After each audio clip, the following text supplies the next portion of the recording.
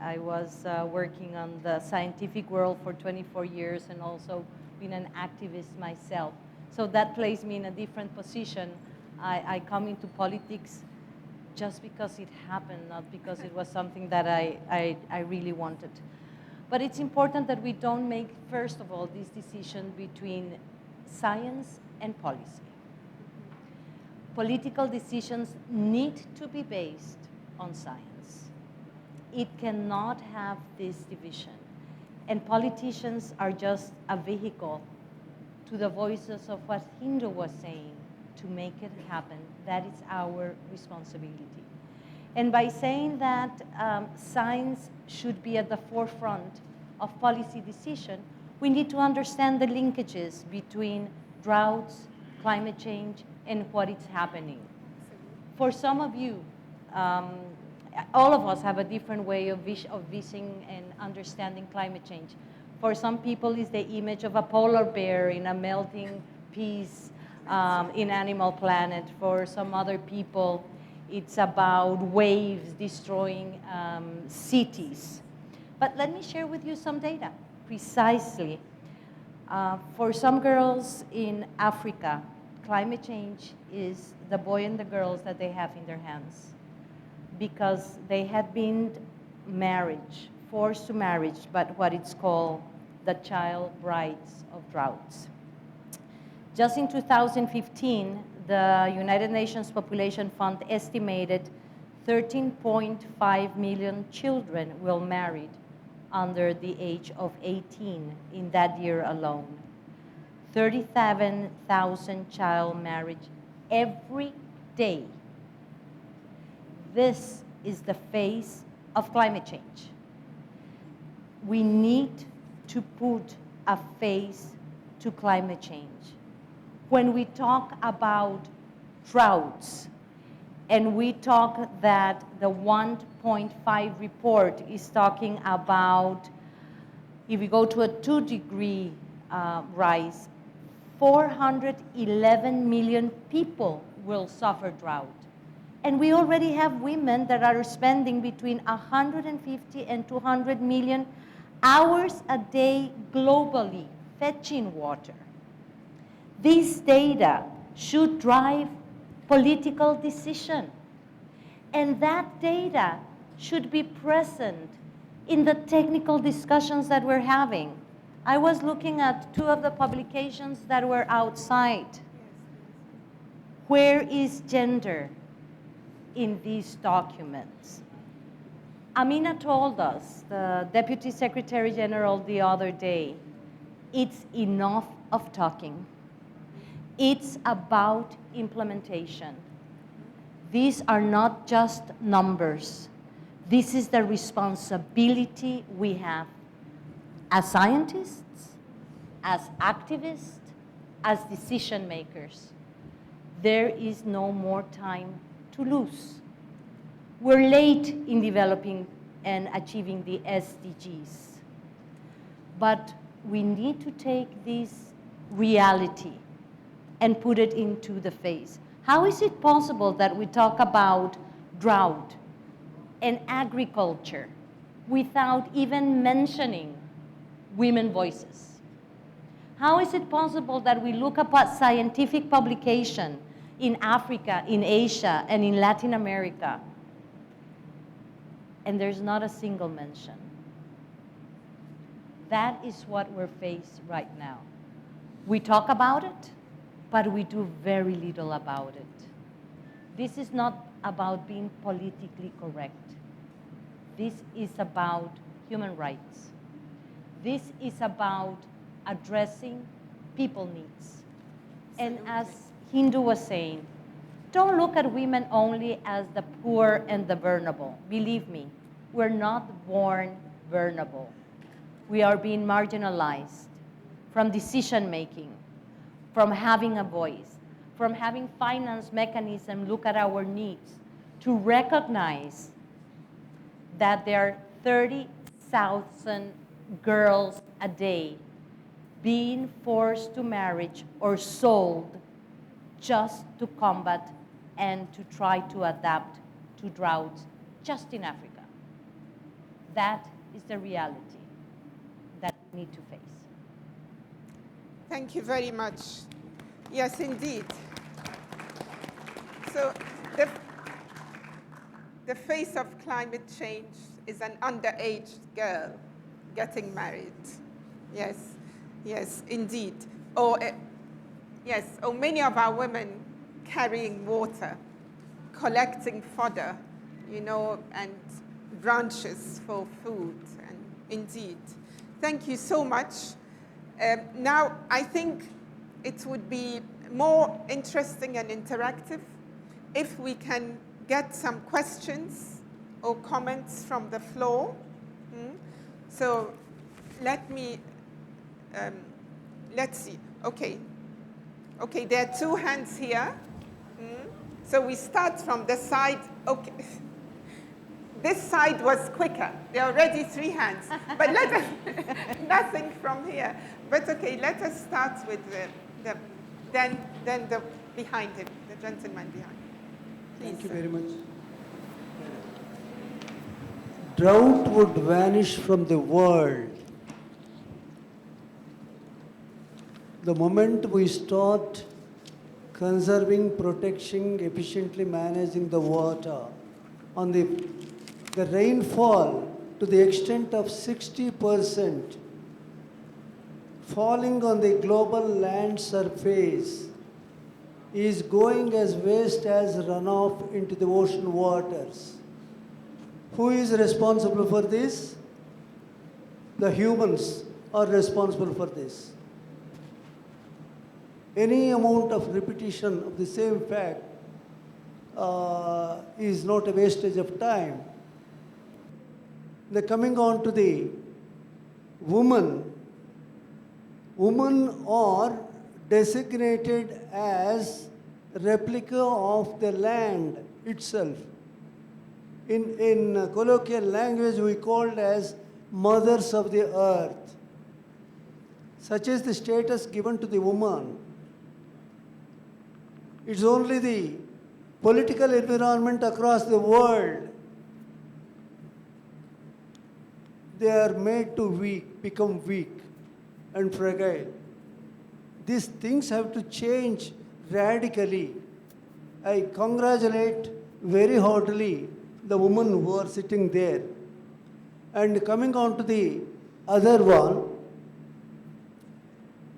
the drought preparedness, which eventually means that we have to prepare ourselves to face the drought. I am not happy with that statement. Instead, we'll have it as Drought Mitigation Day or Drought Prevention Day. That makes a lot of sense. That gives us optimistic role that we need to play across the world. Thank you. Please continue. And last sentence I would like to make. Besides increasing the role and status of women, restoration, I call it as restoration, it is the animal component which is being continuously destroyed across the world, due to which we have a recurrence of drought in the world. If we strengthen the role and population of animal wealth, let it be wild or domesticated, the drought would vanish from the world once for all, including the floods. This is the secret of life. Thank you very much. Last sentence, restoration and linkage of water bodies across the world will also make extinct floods as well as droughts across the world. These are the principles we need to implement with a political will and not otherwise. The so-called science and technology are not going to be listened to by the political bosses across the world. There is no exception to this. Thank you, sir, very much for the opportunity given to me. I am Professor K.S. Reddy, a soil scientist from Andhra Pradesh, India. Thank you. Thank you very much for your contribution. So let's take two more before we comment. So that, yes, please. Please go ahead. Is it audible? Yeah. I'm Ritesh Sharma and I represent GIZ here. And what I'm submitting as my own experience as a native community from the Thar Desert, which is an extension of Sahara Desert, and then having worked on climate change adaptation strategies projects for GIZ. One thing I'm missing, I have been listening for the whole of the time, is that we always tend to look towards the externally aided or centrally aided infrastructural support, We cannot. which actually helps you. I will ask. We cannot hear very well. Yes. I'll take a note. Yeah.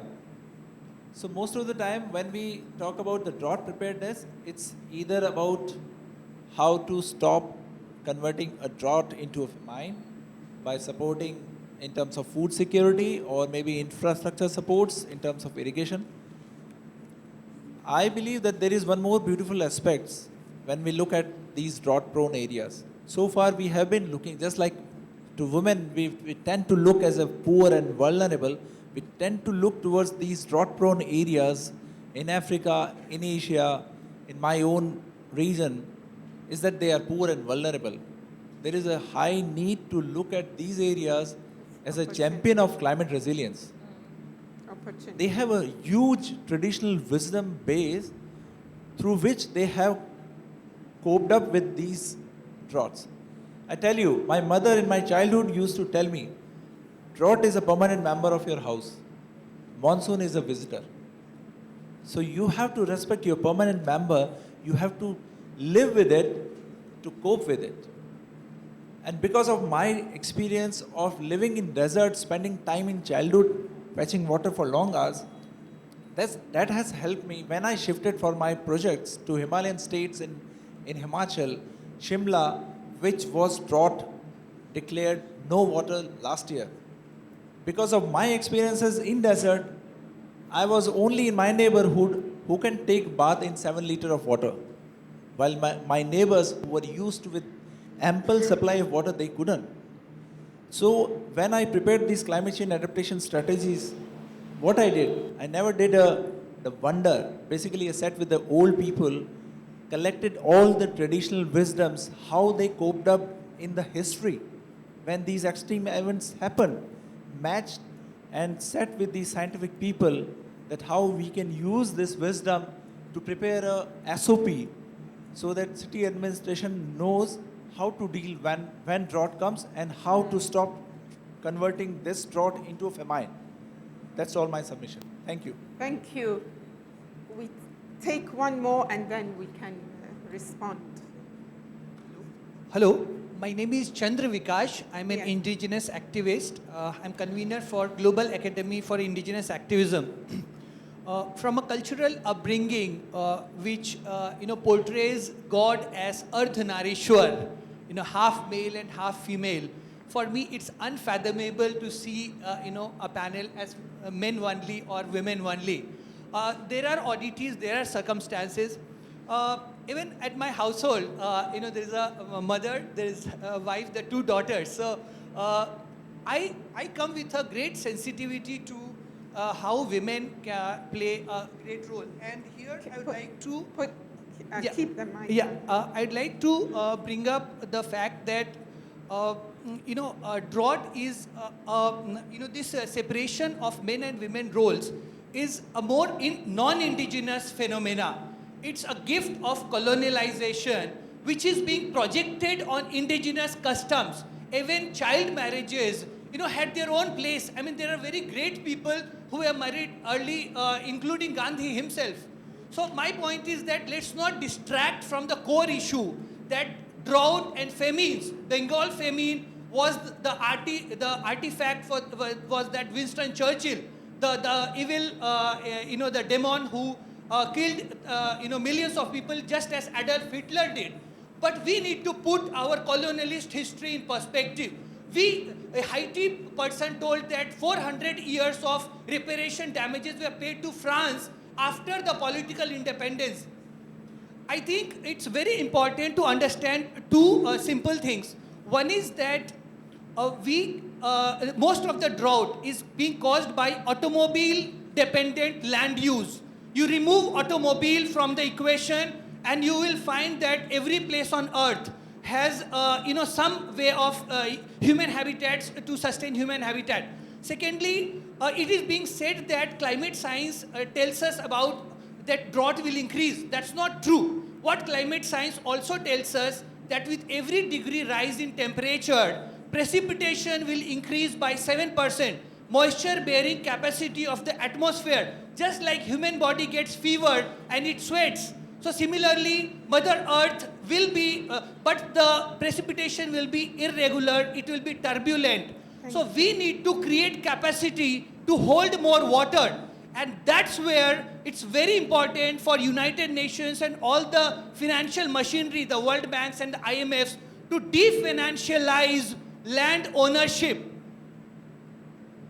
Revolutionary. It's very important that communities must get back the land, the forest, the water reserves for the next 50 years. If we care for our children, if we care for our mother and don't want to pay just lip service, we should put a moratorium to all the private property land holdings. We should completely definancialize, and that is where we can create capacity for water. My third and the last submission is that cities are, what I've repeatedly said, the elephants in the room. They are situated in areas which are on high water tables and high rainfall areas. We tend to look for solutions in the Sahara Desert, which is very fine. But what about Mumbai? What about RA forests, which is getting denuded just to build few more, metro yard? So my submission very carefully is that that a policy framework must be devised by which for every forest that is cut, there is both flora and fauna getting destroyed, the native and indigenous flora and fauna. So the policy must state very clearly that if new saplings are being planted, they should be considered as forest only when they restore the native and indigenous flora and fauna. Thank you very much. And only after 15 years, they should be counted as forest. Thank you. You are so clear. You've made your point. Okay, thank you. But yes, I would beg those asking questions to be a bit more brief. But let's hear a little from our panel, and then we'll continue. So, man-made, are we mismanaging? We know we are. But to what extent are we mismanaging our ecosystems? And can we truly harvest our water, rainforests, to avoid drought? I mean, how can, even coming to mind is all the natural ways of treating our land, like agroecology, permaculture. There are so many other ways we can look and treat our land. So is there something we should be doing we are not doing?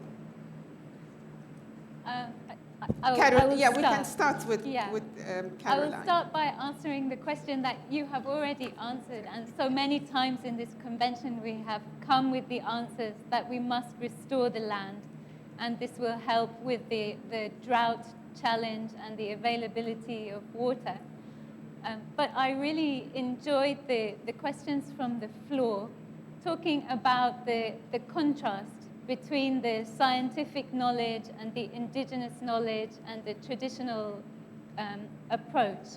We come back to this theme again and again in this convention because we know that this is really the answer, and we know that, in fact, our technical institutions don't function very well, and our science doesn't really capture the impact of the restoration work that goes on in so many parts of the world.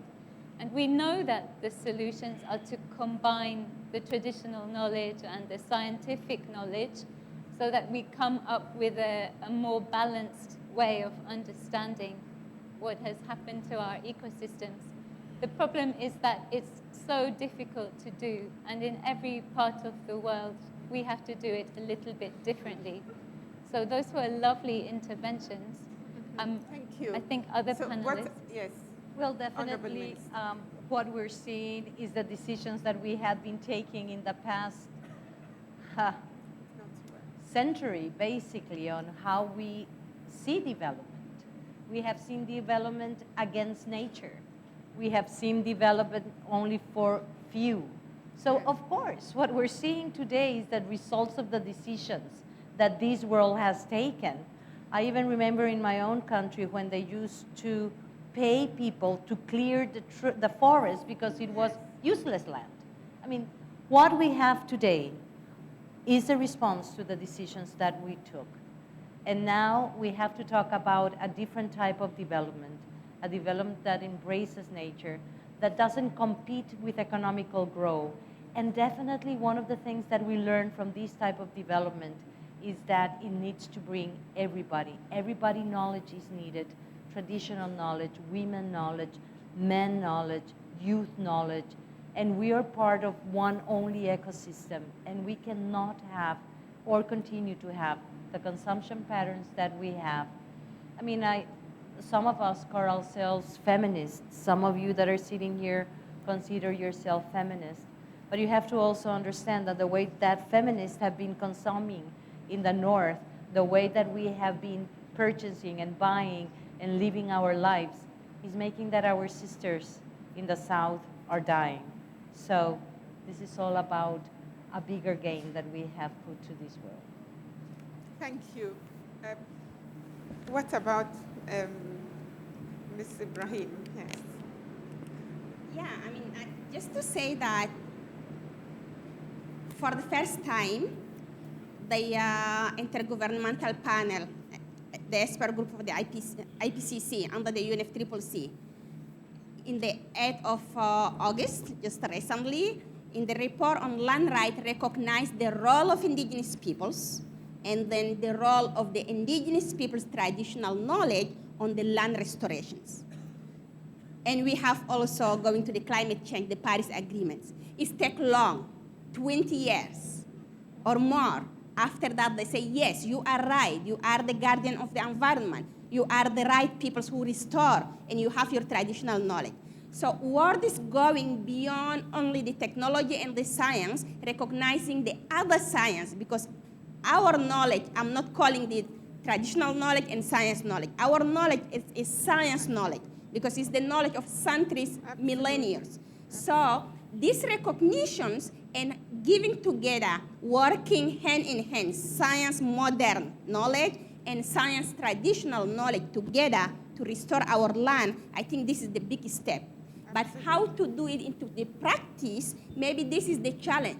So the scientists who always use 1 + 1 = 2, who want to have the evidence, must work differently by believing only our oral knowledge, because traditional knowledge are not written. We don't need the confirmations.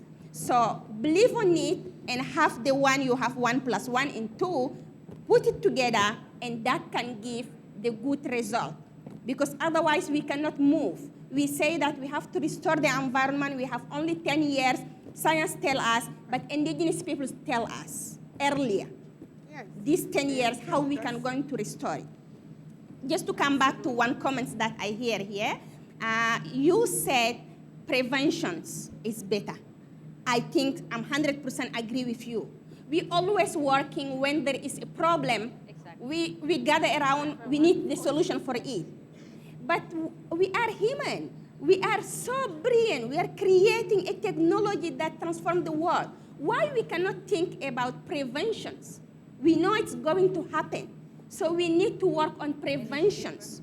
As indigenous peoples, my brothers and sisters from the islands, they know from the observing the animals, observing the atmosphere when the hurricane is coming. In indigenous people's areas, when the hurricane comes, they do not have a lot of human damage because they know, they prevent that, and then they know where to hide.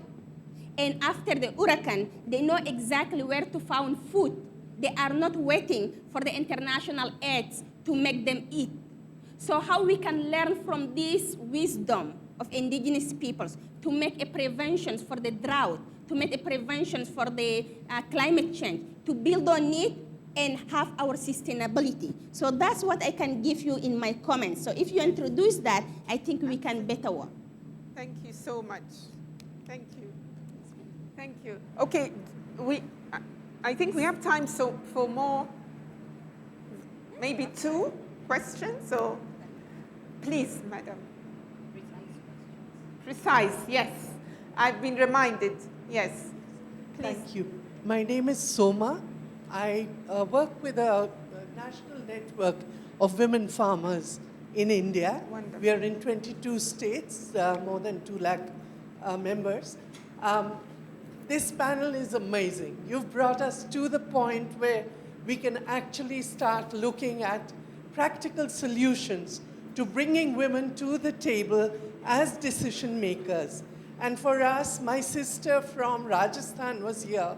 She's a grassroots woman leader, and one of the things